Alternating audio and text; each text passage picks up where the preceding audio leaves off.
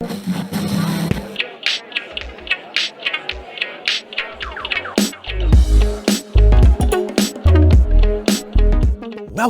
to Backseat Confessions Podcast. Slide into the backseat as we listen to mostly anonymous strangers tell us stories from their lives.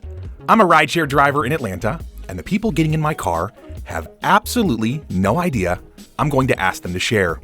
My commitment to you is to tell at least a snippet of virtually every story recorded in my car in the order they were told to me. My hope is that you laugh, cringe, cry, but mostly connect to these amazing people. You may find a piece of your own story, or just feel more connected to the rest of us. Join us, won't you? So, hey, my new friend, this is an adult podcast. Themes and languages are definitely not suitable for everyone. Listener discretion is advised.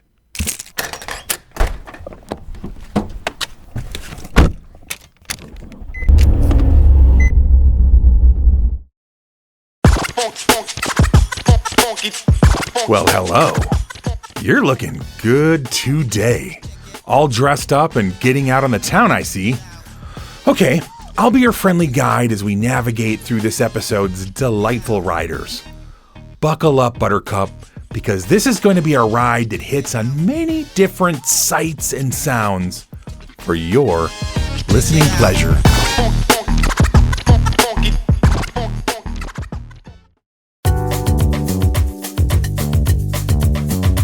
Getting us started is a short tale of almost having too much fun on a girl's trip to the Bahamas. Story number 227. Saturday, April 10th, 2021, 9:59 p.m.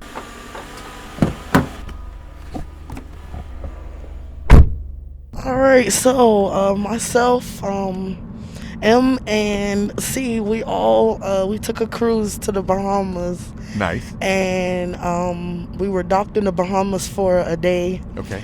We went on the beach and met some guys, and we ended up going to a nightclub with them that night. Yeah. So the boat, I think it was leaving at 6 a.m. Okay. And you were supposed to be back to the boat by 5. Okay. And we all got back to the boat at about 5:30. Oh my God. From being drunk on the beach. We was lost. Didn't know how to get back to the boat. Oh my God. And I think my sister came I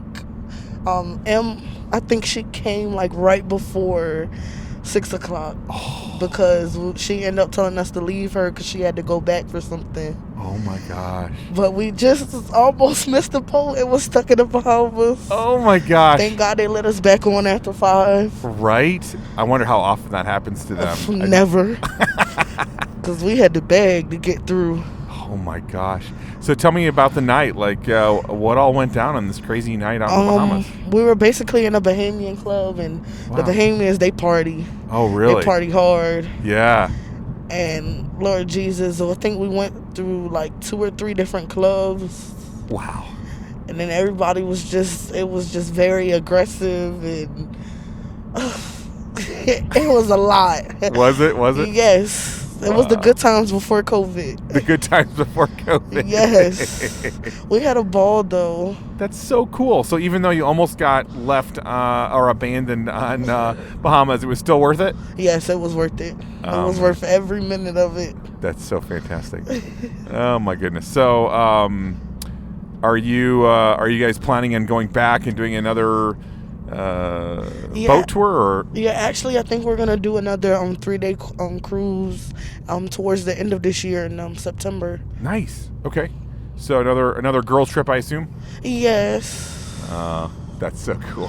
Time to do it all over again. It's been a few years. There you go. Oh, man. Well, thank you so much for sharing your story. I appreciate it. You're welcome.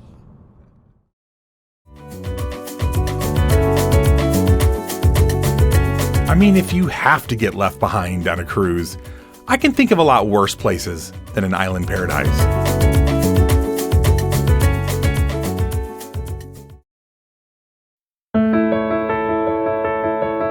Our next rider reminds us that even if we don't have a lot, we may have something our fellow human wants or needs. Kindness just never goes out of style. Story number 228. Saturday, April 10th, 2021, 10:30 p.m.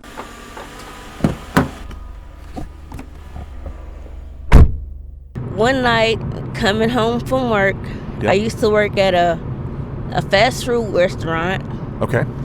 and I had just got off the bus from work, Yeah. and I saw this homeless person. I didn't know if it was a male or female, Yeah. but this night I happened to just walk on by.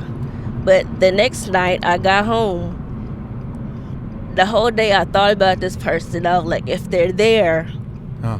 I work at this fast food restaurant. Why don't I just bring this person food? Yeah.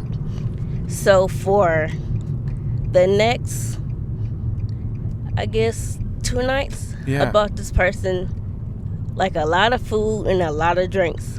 Oh. And they're on the sidewalk, by the way. Yeah. And on the last night that I saw them, Yeah. they slept on a church, Wow. like right across the street from me. Yeah. And I think this was a female because I seen the shoes, Yeah. and I think I must have startled her, Uh-oh. and I think I heard her say thank you. Oh. So after that, I never saw her again. Really? Yeah. Wow. So how many nights total were you able to give this maybe a woman food? I think a total of 4 nights.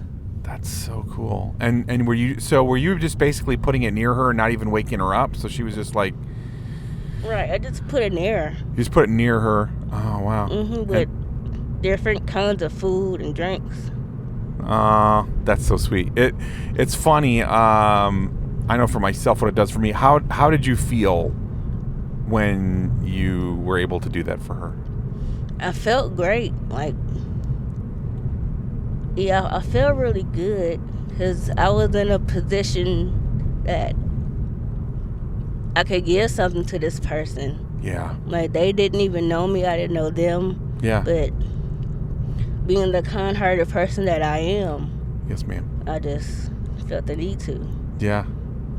It's amazing how much it does for us when we're kind to others, doesn't it? Yeah. Yeah. That's incredible. Well, Misty, thank you so much for sharing, and I hope that somebody is inspired to take whatever little thing that they have and maybe bless someone along their path. Thank you. Absolutely. My pleasure.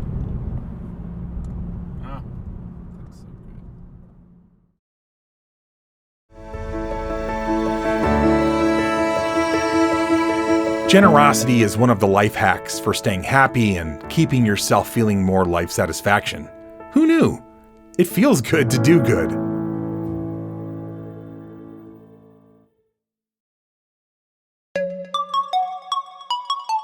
Public poll. Is there anything more obnoxious than an entitled pseudo-famous person that's not really that well known, but thinks they should be? No? Okay, I didn't think so. Story number 229. Saturday, April 10th, 2021, 11:36 p.m.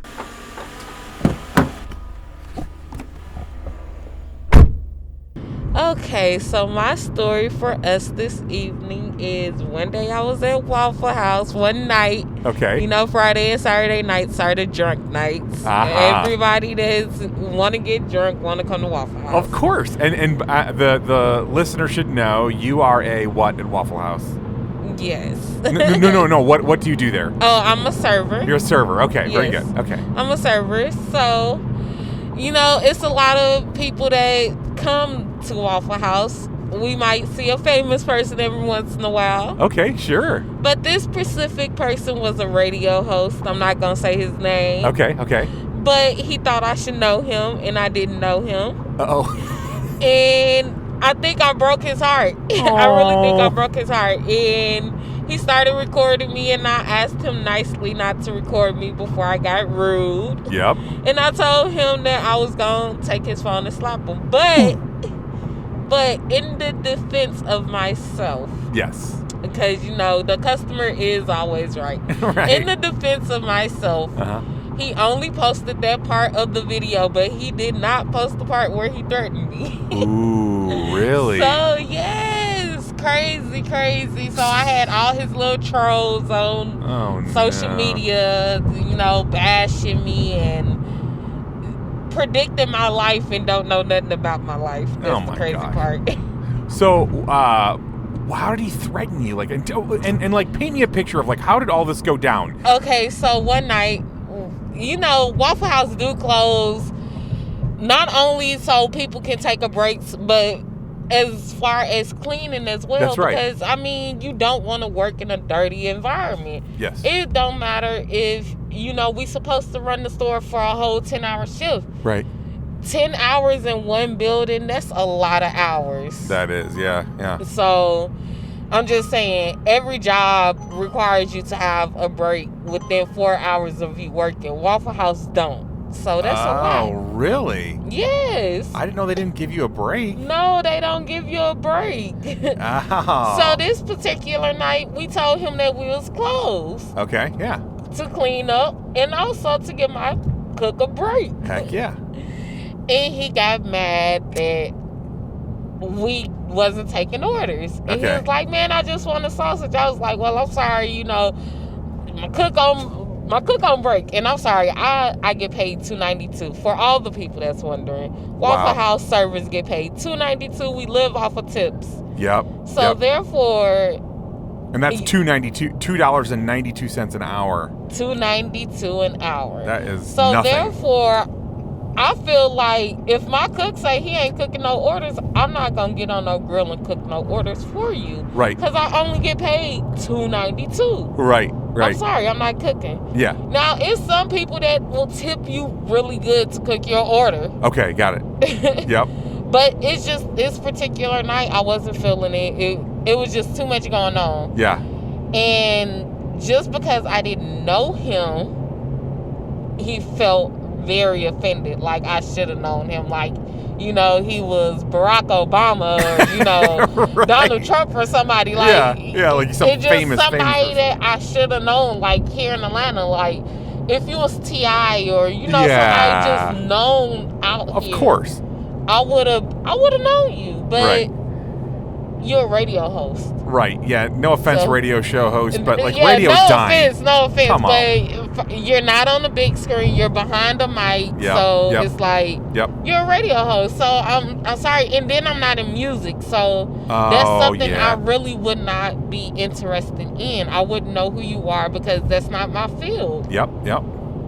So it's not the fact that, I should have served him because I should have known who he was. No, he thought I should have served him because I should have known who he was. But the thing about it is, when you go to fast food restaurants, any restaurant, it don't even have to be a fast food restaurant. It could be a dine-in restaurant. Yeah.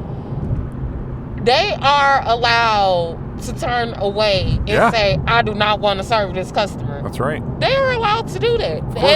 It's nothing against the law that say you have to serve a customer. Right. It's nothing in the law. But the thing that he was talking, a lot of people put out there like, he could record you because it was in a public place.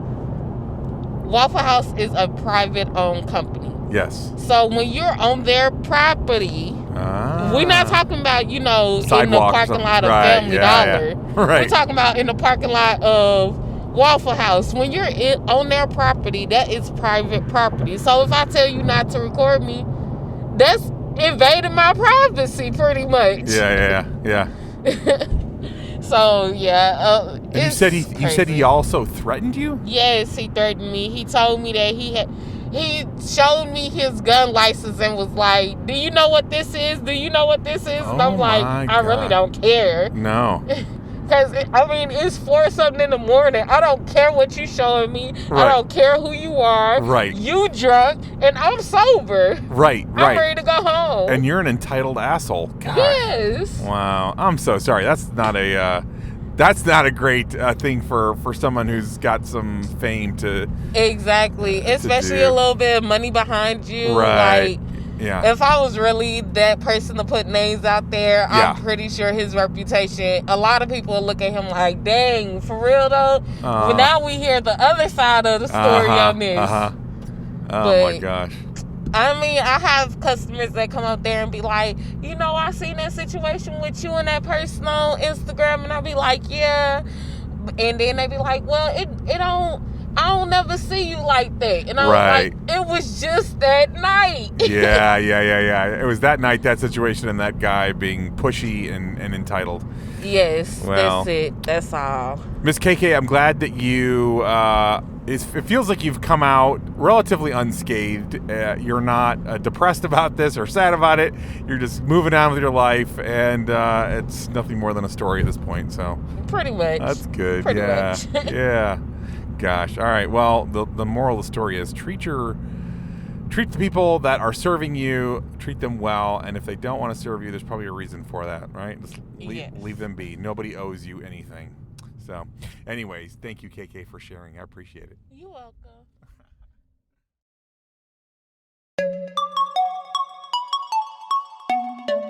And good Lord, $2.92 an hour. Just tip your Waffle House servers well and enjoy some of the best Southern service you can find. I get called honey, angel, sweetie, babe, and all the other wonderful homey nicknames at this icon of Southern cuisine. And the food is consistently yummy. And if they need to shut it down for a bit to clean some of that delicious grease off, sit your entitled ass down and shut the hell up. Or leave. No one is impressed, you douchebag.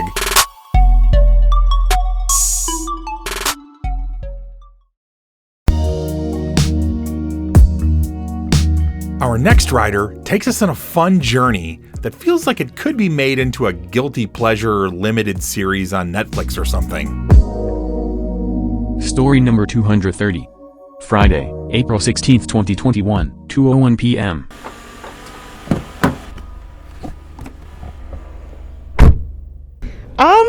So I have a story about going to the Dominican Republic. Oh, wow, DR, yeah. Yeah. I went to the Dominican Republic for my 21st birthday. And why'd you pick DR, just out of curiosity? Actually, at the time, my sugar daddy picked it for me. Oh, okay, that's a beautiful layer to it. Okay, all right. So he paid for me to go, and he was on a business trip, so I went a couple weeks ahead of him. Okay. And so I was there, and I ended up having a fling with the guy who was working there. So he kind of took me around the Dominican Republic and showed me like the culture and stuff like that. Yeah. And we ended up falling for each other. So it was like a cute little like summer fling. That's awesome. And it was you said really the guy fun. Working there, the guy working for the hotel at the resort actually that I was staying at. Yeah. And he was really cool, really fun. He taught me a lot of things. He introduced me to his family, and I had authentic Dominican food, and he took me salsa dancing. Aww. And I learned a lot. I also learned that bachata is not really danced there. They don't really like bachata. They rather like do salsa and that kind of thing. Yeah. So that was really, really fun. And that's what I learned while I was there. That's amazing. And he was great. He spoke no English. So he forced you to... he forced me. So the whole time we were using Google Translate to communicate with each other. It was the funniest thing, but the funnest thing and the most spontaneous thing I've ever done. Even though it was really naughty. Right, it's really naughty, but it sounds like such a fun adventure. Like... and obviously you don't have like any regrets from it, so there's not like any something awful ended up happening or whatever. No, nothing awful ended up happening. And at the time, the guy that I was, here as a sugar daddy with, he was really he just wanted quality time and me to spend time with him. Okay. He kind of was like, I know you're young, you're going to do your thing, but I just want to be able to take care of you. And so that's what he did for a very short amount of time. That's until really cool. He fell in love with me. So. Oh, and then he fell in love with you. Oh. And then I had to cut it off. Oh, gosh. Yeah, that would be one of the, there's so many different ways we could go, but that would be one of the really tough things about that. I would imagine, especially if you're in the sugar daddy role, and you've got this beautiful young lady, and you're thinking you're just going to be companionship, sex, whatever it is, and then it turns into something. Oh my gosh, I really different. like this person. Yeah, absolutely. So, how did you decide you wanted to get into the sugar baby world? Well, I actually was in college at the time, and I was going to Georgia State at the time, and I had just recently broken up with my boyfriend, and we went our separate ways, and I had just gotten an apartment downtown Atlanta.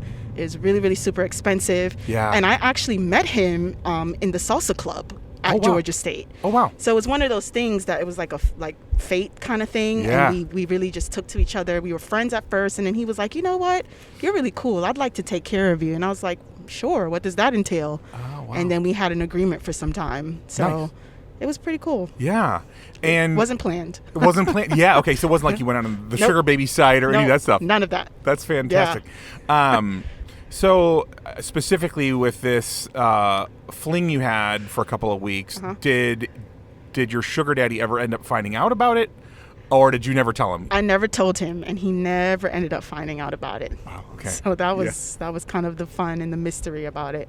Yeah. But I'm pretty sure he had other people as well. Right. So it wouldn't have been like he would have it wouldn't freaked have been, out anyways. No. We had an understanding and an agreement, and Yeah. we were both fulfilling that for each other, so it was good. Yeah.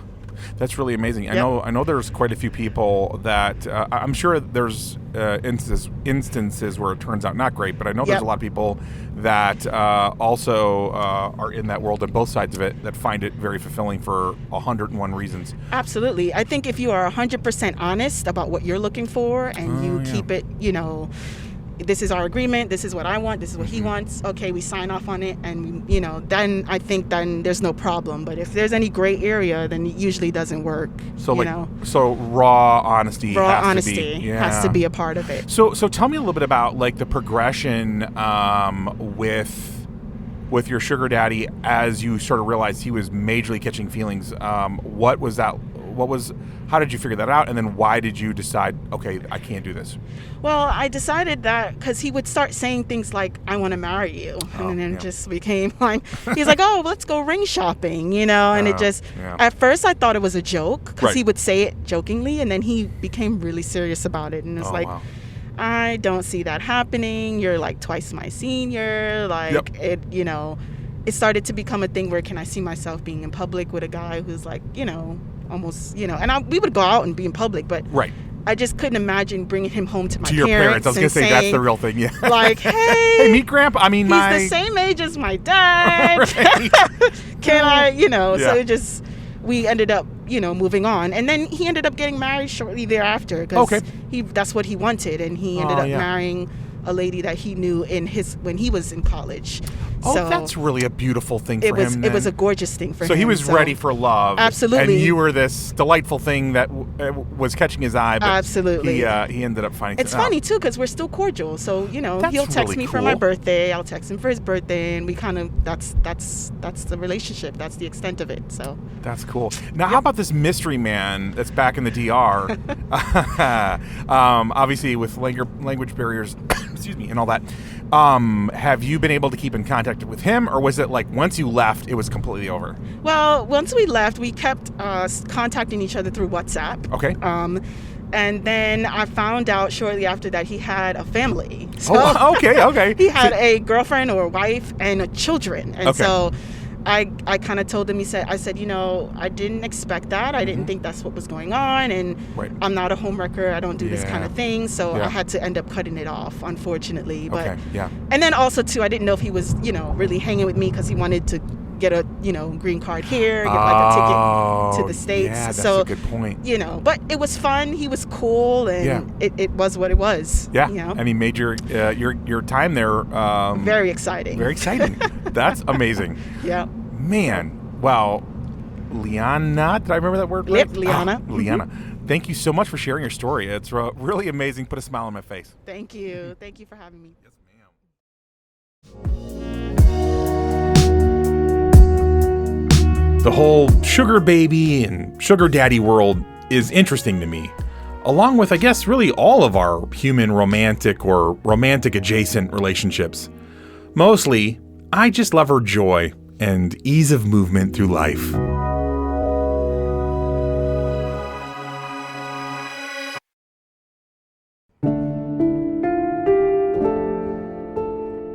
This is more serious than our last story, but it's really important to hear from strong men that are transparent about their mental health struggles. Story number 231. Friday, April 16th, 2021, 3:11 p.m.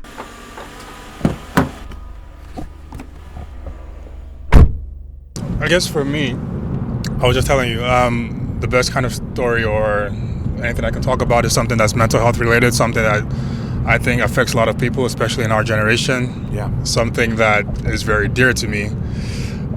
So I'm going to talk about, I guess, the time, well, how I first found that I was depressed and just how I got through the whole process. So this is going to be about my time throughout college, how I got into college, and just the whole process in between. Yeah.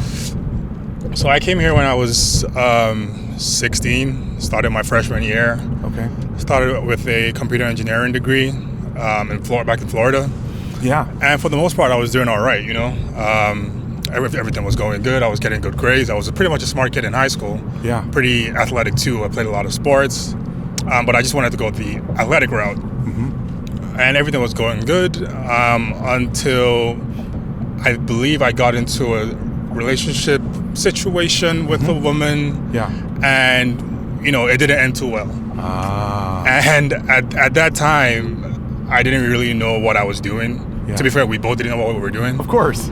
You're young. Yeah, we were like 16, 17, 18. Yeah. And what I wasn't ready for, though, was the toll that it would take on me at that young age. Yeah. And how long it would take for me to recover from it. Yeah. So this is maybe my sophomore year in college, and one day I just wake up, because we used to live together and she's moved out and everything. One day I just wake up and I don't want to do anything. I don't want to go to class. I don't want to eat. I'm losing weight. Wow. I used to be then maybe like a good 220 pounds. I dropped down to like 190. Dang. I didn't know what to do. Yeah. And I just felt like, you know, this isn't me. Yeah. This isn't who I am. Something is just blocking me off from doing what I'm supposed to be doing. I'm not even sure how I found that I was depressed. It might have been like some documentary. It might have just been something like a quick Google or something. Yeah. Where I saw like something that I felt related to me. Yeah. And I figured out, okay, this is probably something that I should get help and get checked out. So, you know, I go to our campus like psychology department. And I'm there week in, week out. I start getting therapy. I start getting seen. And then come to find out that, okay, my psychologist, like she's been involved in the whole process. But, you know, I'm getting help, but my grades are not getting any better. This is engineering. This is the high stakes. This is no second chances. Wow. Wait, so in engineering, I don't understand. Like, so if I'm taking English Lit and I flunk out, can I come back and do it again? Or how does that? So at least the college lets you retake, I think, 3 classes for a maximum if you get Fs. Okay.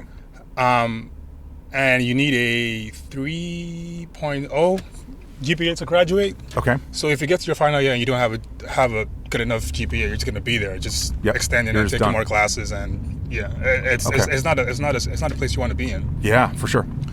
So this semester I had maybe 7 classes. I failed all of them. Oh gosh, dude. 7 Fs. And as somebody that is from an African background, that's not... That's a no-no. That's not something you want to take home to your parents and say, I know I have a scholarship and we paid some money and we've all done this, but hey, I have 7 Fs. So oh, yeah. That's not something you want to take home to your parents. Right. But luckily for me, the fact that I had been getting help from the psychology department is kind of what saved me. It's kind of why I'm even here at this place talking to you right now. It's why I was able to graduate. Wow. Because the psychology department made a recommendation that, hey, there's no way this kid could have functioned normally in class. There's no way this grades reflect who he really is. So I don't remember what it's called specifically, but they put in like this recommendation to let me terminate those grades and have them refreshed. So pretty much that whole semester didn't count. The semester with the Fs, which was amazing news for me. Yeah, because it would almost be like if you had gotten into a horrible car accident and been in the exactly. no like one would have expected you. Yes. Wow, dude. Which is the way I feel. I think mental health is definitely a medical condition, and it should be treated the same way as getting whatever ailment that you can think of. Well, and you to use your own words, you said that if this lady in the psychology department hadn't intervened, or if you hadn't gone to her and all of that, then you wouldn't be here today. Like, it was that life and death. That's it was literally zeros and ones. If I didn't meet her, I wouldn't be here. That's it. That is absolutely terrifying. You're an absolutely amazing human being, and I can't even imagine. Wow. Anyways, that's craziness. Yeah. I say all that to say I just feel like with mental health, it's so. You should never feel like you're alone. Yeah. I know it's easy to say that when you're not in a situation, and it's easy to,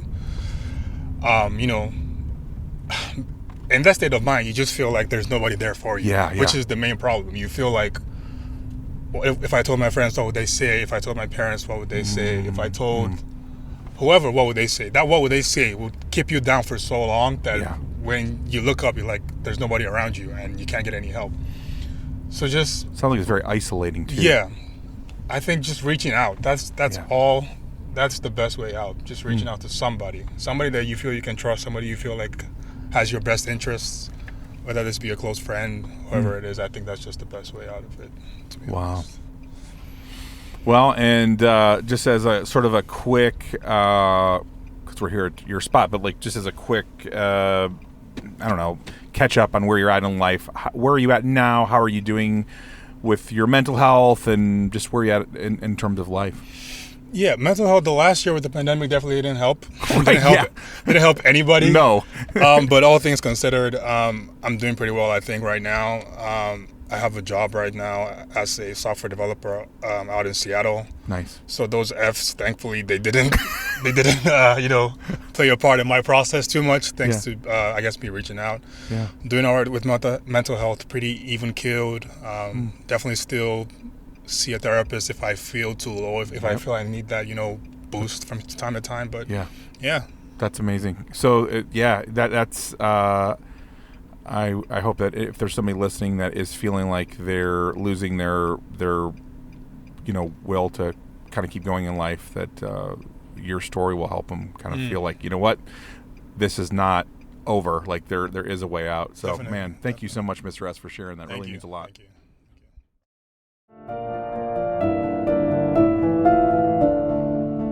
Sir, we wish you all the continued success and pray that you never stop reaching out to a mental health professional or whoever you need to, if you just need some help or someone to talk with. And thanks again for sharing your story.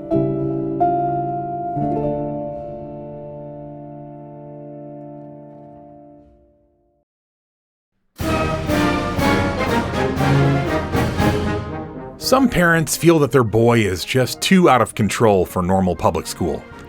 If you live in Metro Atlanta or North Georgia, there is a good chance you may consider sending them to a military academy in Gainesville, Georgia. Story number 232. Friday, April 16th, 2021, 9:23 p.m.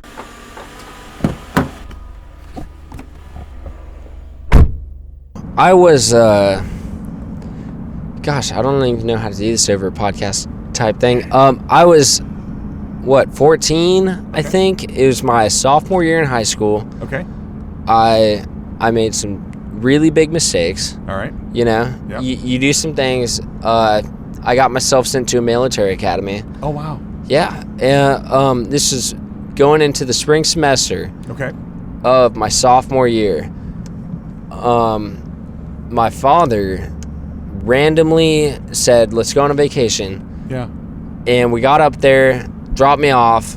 So you didn't know he was dropping you off? No, he dropped me off with my cousin, who's not really my cousin. He's my dad's cousin. So he's like my fourth cousin. Okay. Like the same or something, right? Yeah, the same age as my dad. So he's not really my cousin. He's my father's cousin. Got it. And I'm going up to Gainesville, Georgia. Yep. With the two of them. Yep, I know right where that place is. And my dad goes, we're going to go take a look at this place. Yeah. It's a school. It's called Riverside Military Academy.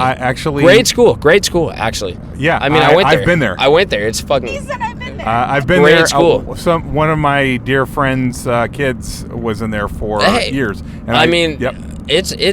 It'll whip you into shape. It's a molder of men. It is. Like, it really is. But so they brought me up there. You know, I got out of the car. My dad was like, "We're going on tour. We're going to see how you like it. We're going to see what you want to do. Yada yada yada." Mm-hmm. And I got there. We got in. We went through a little bit of an orientation. I had absolutely no idea what was going on. Right. I got put into another room. Okay. And they were like, "So this is the last time you're going to see your dad. Oh. And we're going to shave your head." Immediately, they shaved I had hair about down to my nose. And they were like, "We're going to shave your head right here, right now. Like, it's already been signed for. I'm underage." They're like your life's signed away. Right. You know, we're going to do what we're able to do. Yeah. Obviously, as signed by your parents, because I was underage. Yep. And I spent you go through about a 5-month period. You're going to take a left right up here. Yep. You go through about a 5-month period of not having a phone, not having any access to the outside world. So I left my school literally on a day's notice. Like, I was at school one day. Wow. The next day, I wasn't there, and 9 months later, whatever it was. Oh, it gets better. Talk about them making flyers and breaking you Yeah, out. yeah. 9 months later, I mean, I finally get access to any type of internet, and I go online, and there's like free Burke. There's a whole bunch of free Burke stuff, like for my friends on Facebook, like all this stuff. They were trying to break him out. Oh my God! Fell off the face of the earth. So the best part was about a month and a half went by. Okay. I get my phone back. You get your phone back after a month. Okay. I got my phone back. I hacked my mom's email. Nice. And for her AOL.com, whatever it was, Yeah. I sent an email from her account to the school, and I go, this is my son's first weekend off. Yeah. I'm gonna come pick him up, or no, it was I'm gonna have him ride home on the bus, because at Riverside Military Academy, you could either pick your son up or they could ride home on a bus to a MARTA station. Okay. Yep. And whatever. So I put an email in there. I was like, he's gonna ride home on the MARTA station with this kid, who was a kid who actually went to my high school, who also went to Riverside. Oh wow. And so I got on the bus. The kid that I was supposed to go home with, whose mom was supposed to take me home, right? That kid never got on the bus. Oh God. So I got on this bus all by myself. Oh, like, wow. what the fuck am I supposed to do? Right. So I get off the bus at a MARTA station. The guy's like, the guy who drove the bus, he's like, "You're not really allowed to leave." I'm like, "No, it's fine. You know, I'm supposed to take the train home." Yeah. And he was like, "Okay, whatever." So I take a train home. I take it to an AT&T store at the Lindbergh MARTA station. Right. And I get out of the train. I go to the AT&T store. I have no phone, no nothing. Yeah. I go in there. I give him my old cell phone. I say, "I need a new SIM card." And I give him my phone number. I give him my account number, my dad's social security number, like all the relevant details that are relevant for me getting a new SIM card. And they give me a new SIM card, and I call my buddy up, and he comes and gets me. Yes. Want to tell my story? Yes. And he comes and gets me, Can we go and past our turn? and about 2 days later, Don't turn right. Okay. I have a whole nice fun weekend with my friends while I'm 16. And Long story short, he breaks out of military school all by himself. So 2 days later, and I'm sorry if this is super long. No, I love it. This is fantastic. But 2 days later, on Sunday, I knock on my parents' door. Yeah. And they have no fucking idea. Right. Yeah. Whatsoever that I was home, and I'm like, "Hey, I need y'all to take me back to Gainesville." Take me back to military Oh, school. And my mom literally opens the door. She looks at me. She's like, "What the fuck are you doing?" You can turn right. And from that point forward, I kid you not, not only did I not go to Riverside afterwards, my parents were like, "We don't have to worry about you for the rest of your life, because we know that you're good to go. Really? You're gonna make." They said you're gonna make your way out of whatever situation you get into. It doesn't fucking matter if you're in jail. It doesn't matter if you're in prison, whatever. Like, we just have faith that you're just gonna be happy, make your way out of whatever you do. Wait, your parents are way cool, man. No, they're not, dude. Okay. Dude, Let him lie. Hey, I'm gonna turn my mic off now for that one.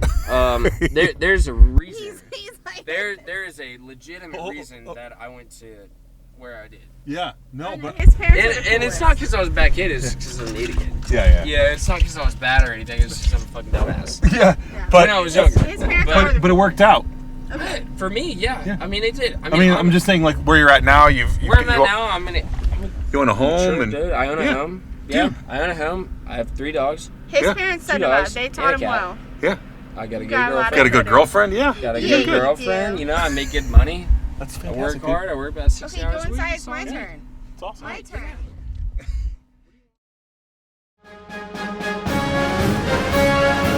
Escaping that school is no easy feat.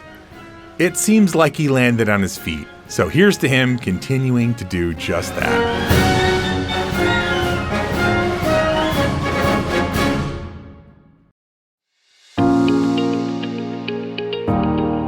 So this guy's girlfriend tells of her journey of becoming a good person through watching how her mom faced challenges.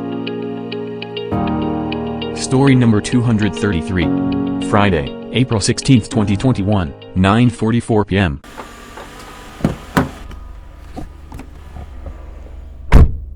But the way my mom explained it, and the best way she could make a very awful situation the best, was that, this is a perfect life lesson for you, is that everything that I do, divorcing your father was the best decision for you all.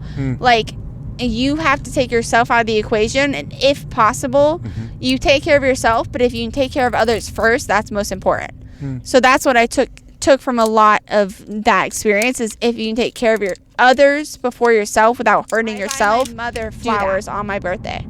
Wow. So on my birthday, that is also her day. She birthed an entire child. I wouldn't be here without her. I buy my mom flowers on her birthday. Beautiful. Dude, we're talking every year. Wow. Every year for the past 10 years, since I was 13. This girl wakes up at 7 o'clock in the morning. And takes my mom breakfast and flowers. She drives. This girl wakes up at 7 in the morning. She drives to her mother's house, an hour and a half away, north of Alpharetta. Yeah.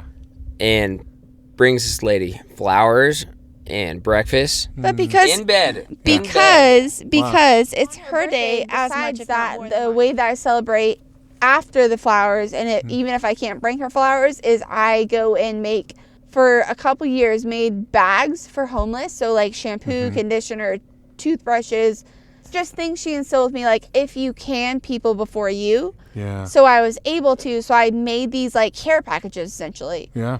In giant jumbo gallon Ziploc bags of essentials. And on her birthday, in honor of her, I would go give them out. So I'd really drive cool. down to Atlanta to shelters, anywhere I could. And if I had excess, I'd just drive around and be like, So yeah. To clarify, because you feel like she, or in the way she explained the divorce, was a way to take care of you guys and also herself. Best of a worse situation. Making the best of a bad situation. That's what has inspired you. Oh, absolutely. It's always take from the bad what you can, the good. Because they had an awful divorce. So just to make this clear, this was not hey, we're separating, we're going to be best friends. This is going to be a really great bad situation. Because you see that, and there's nothing wrong with that. Right. The separated parents that become good friends. I love that. Good for you guys. But this was hey, we absolutely hate each other and don't get along, but this is what's best for you guys. And it was literally, she would pull the very best out of the very worst. It's if you can pull the good, to the good. I really like the idea of getting your mom flowers on your birthday. To be honest, I don't really get into celebrating my own birthday, and that would be a sweet idea. I mean, I probably won't do it, but maybe when I grow up, this is what I'll do.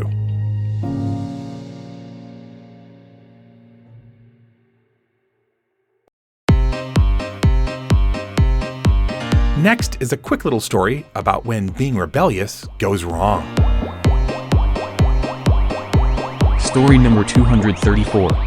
Friday, April 16th, 2021, 11:01 p.m.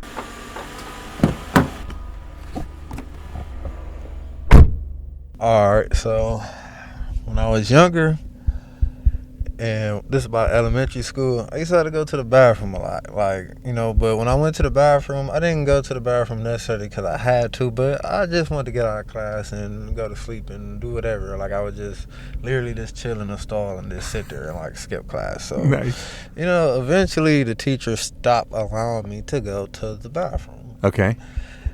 Hence, one day I had to actually go to the bathroom. This is kind of like the little boy who cried wolf, and yes, they exactly. wouldn't let me go. So I actually just went ahead and peed on myself in the middle of class.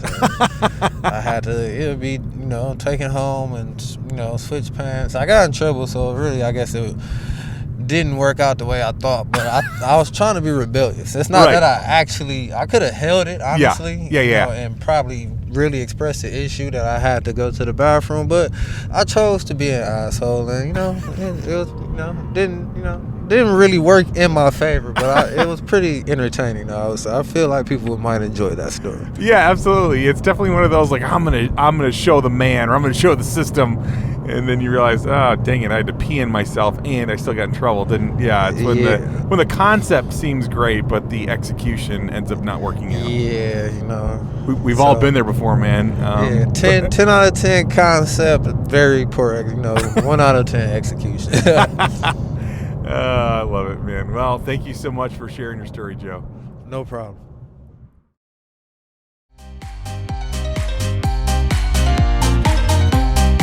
He said it best. 10 out of 10 idea, 1 out of 10 results. We've all been there, though, when we just don't want someone telling us what to do. And so we go our route, with varying outcomes, let's say.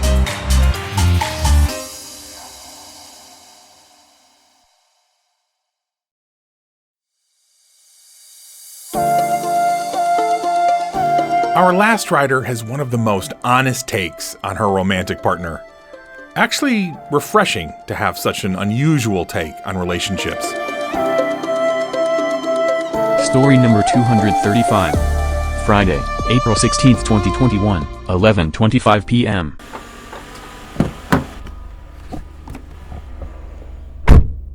So, kind of a love story. Okay, I like that. Between me and my girlfriend. Yeah. And to be honest, I really don't have a good first impression to my girlfriend.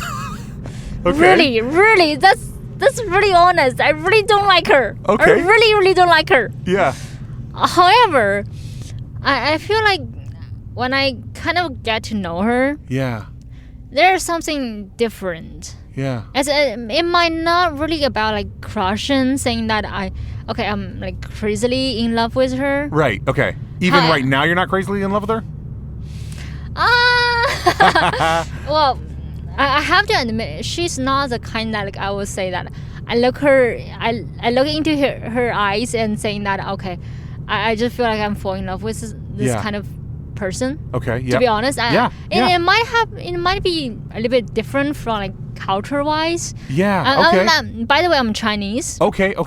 And I didn't even think about that. Yeah, because in a different culture, it may not be the way Americans think about love, or this super gooey romantic thing. Yeah, so it depends on her girlfriend's personality. That she's not that kind of that they don't possess the same personality on the both sides. So it's really hard for them to to vibrate at the same frequency. Yeah, interesting. So so you've got this girl, and so it almost sounds like. Okay, you said first impression was bad, but then the more you got to know her, you found her to. What was the adjective you used? Interesting or maybe different. Yeah. But I feel like there's something. Okay. I have to admit, if I saw beautiful person. Yeah. Doesn't matter if it's a girl or a boy, but beautiful person. You got some kind of crush. Yeah. Crush wise feelings. Yeah. But there's something deeper than that. Yeah. You feel more comfortable. Okay. You feel secure with this person. Yeah. And sometimes it does not really just depends on your first impression. Yeah. It does requires more of getting to know each other. Yeah. So I feel like that's what I have with my girlfriend. Yeah. And that takes time. Yes. That takes more energy, or sometimes it takes more tolerance. Yeah. Right. So I feel like, I really don't like her as my first impression, but that's. So like I'd almost say like the moral of your story is you can't always judge a romantic interest by what you first think of them. Sometimes you have to give them or the relationship a little bit of time to find out what you really how you really feel about them in a romantic sense. Is that kind of what you're saying? If you were to... and that's why you are a good podcast. Oh, you're so kind. No, that's really good though. And it. So if you're being honest, do you think? Because she's not here, so you can say this. Do you think that this is the type of relationship that you see lasting for 3 to 5 years or more, or do you think this is something that will last for a year or two? It'll be a wonderful experience in a lot of ways, and then it will fade away because of some of the things that are not there. Like, how do you see that? Do you see yourself growing into it, or do you see it fading away? To be honest, I feel like it's kind of like gets deeper and deeper. Wow. Well, it actually depends on like what kind of personality you have. Yeah. For me, my feeling is like it's easy for me to get a crush. Okay, yeah, right. It's easy for me to get a crush because, well, as long as I see someone is beautiful, as long as someone is interesting, I sort of like kind of those kind of feelings. Like, okay, I feel like I'm really related to this person. Yep. But the sense of secure. Yeah. The sense of like I can rely on this person. Yeah. It really committing to this person is really taking some time and taking some experience. Yeah. And also sometimes tolerance, to be honest. Of course. Yeah. I'm actually not sure if it's like cultural difference. Yeah. But that's how I feel. Yeah. So I don't think that's kind of like 1 year or two thing. It actually takes, for me, it takes 1 year or two to confirm or to saying that, okay, this kind of sense of secure actually exists. Yeah. I'm not sure if, how do you feel like, how do you feel about this kind of feelings, or how do you think of that? I'm actually curious about like, in Western point of view? Yeah. Well, there's two things I would say. One is it makes sense to me from the little bit that I understand about your culture is you guys think in much, much longer terms than we do. Like in American business, for instance, we think by the quarter, and Chinese businesses think in decades or longer, right? Right. Just a whole different, and so that makes sense to me. That even in love you think that way. And then I'll say another thing is, and I probably mentioned this in my podcast to somebody else, but when I was in counseling with my wife, I learned that women, their highest priority is security. So you saying that even though your first impression and maybe some of like the ooey gooey romantic stuff is not there, but what's drawing you to this lady is the sense of security, makes sense to me on sort of like the female. That's the deepest thing that a female needs is security. So anyways, those are my two impressions. But it's really fascinating. I will say I don't know anybody, a Western person, who would probably take your approach. But I think it's something that we could learn from. I liked it. I really do. Yeah. Thank you. Yeah, thank you so much for sharing. This is more of like a talking, but that's how I feel, to be honest. I love it. Well, thank you so much for sharing. Thank you're you amazing. very much.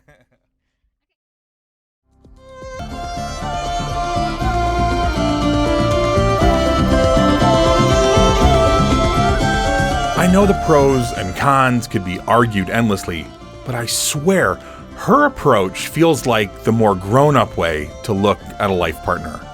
I love her honesty, that whenever she sees someone who is physically beautiful, she feels the immediate attraction.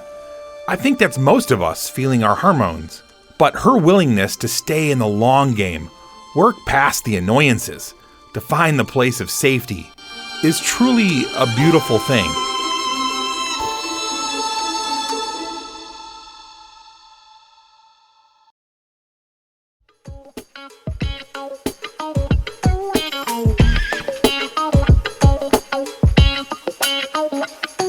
So whether you party all night with some island guys, or have a couple-week fling with a guy who speaks a different language, or you are willing to go the distance with your girlfriend because you sense there is something deeper than what meets the eye, I wish you all the best as you pursue finding what works for you.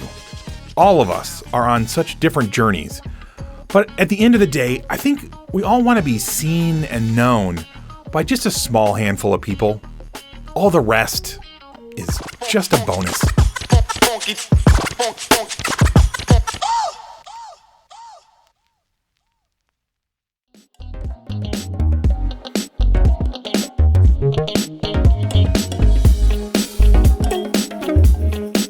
This is what happens when you are a rideshare driver in Atlanta and ask people for their stories. These weren't handpicked people with great stories. They just happened to get in my car and be gracious enough to share with all of us. And who knows, maybe someday you'll be in Atlanta and need to grab a rideshare and end up telling the rest of us the next great story on BCP. I'd actually encourage you to, every so often, just ask a stranger to share a story from their life. You never know what you might learn. I believe that our stories are powerful. They can make you laugh, cringe, cry, or even get you to think or feel differently. Our stories can truly make this world a little bit better place. So please subscribe, rate, and listen to this podcast and share it with as many adults as possible. It would mean so much to me. First and foremost, I want to thank the incredible writers who trusted me with your stories. You're my heroes. Thanks also to all the people in the background who have believed in this project/dream. All of the music on this podcast was found on pixabay.com, and it was free, which is an amazing gift when you're starting a podcast on a shoestring budget.